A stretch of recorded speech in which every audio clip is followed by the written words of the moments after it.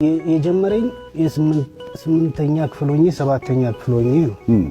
ያኔ ቢቀጥል ኖሮ እንግዲህ በወጣትነት ህይወትን ንባብን በማታውቅበት ሰዓት ላይ እሱን ፌስ ማድረግ ያስቸግር ነበር። ከጓደኞች ጋር መወዳደር እነሱን ፊት መቆም ያስቸግር ነበር። መጥበስ የሚያቀት ነበር። ግን ቆይቶ 50 ዓመት ላይ ጀመረ። አሪፍ ሰዓት ነው የመጣው አይደል? እንደ ጥሩ ወዳጅ እንደውም አቅፌ ነው መቀበል ያለብኝ። ቆይቶ በማልጎዳበት ሰዓት ላይ መጣ።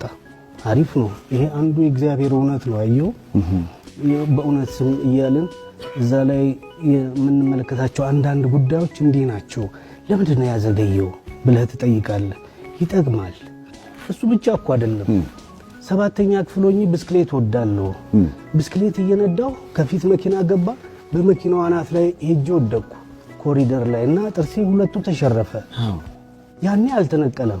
ቆይቶ 50 ዓመቴ ላይ ተነቀለ። መሳቅ በማያስፈልገኝ ሰዓት ላይ ይሄም አንዱ ተአምር አይደል? ያኔ ቢነቀል ብዙ አስቸጋሪ ነበር ወይ? ሸሪፎ እናውጣለን ስም እኮ አይደል? አለማየሁ የቱ ሲባል ወላቀው እየተባለ ወይ ስሜም ቅጥያ ይኖረው ነበር። አሁን ግን ተስተካከለ። ሁሉም ነገር ለበጎ ነው በሚለው ማመን አሪፍ ነው። ከዚህ በኋላ እኮ የምንድነው ውበት የሚታይበት መድረክ ላይ አልወጣም። የቁንጅና ውድድር ማለት ነው።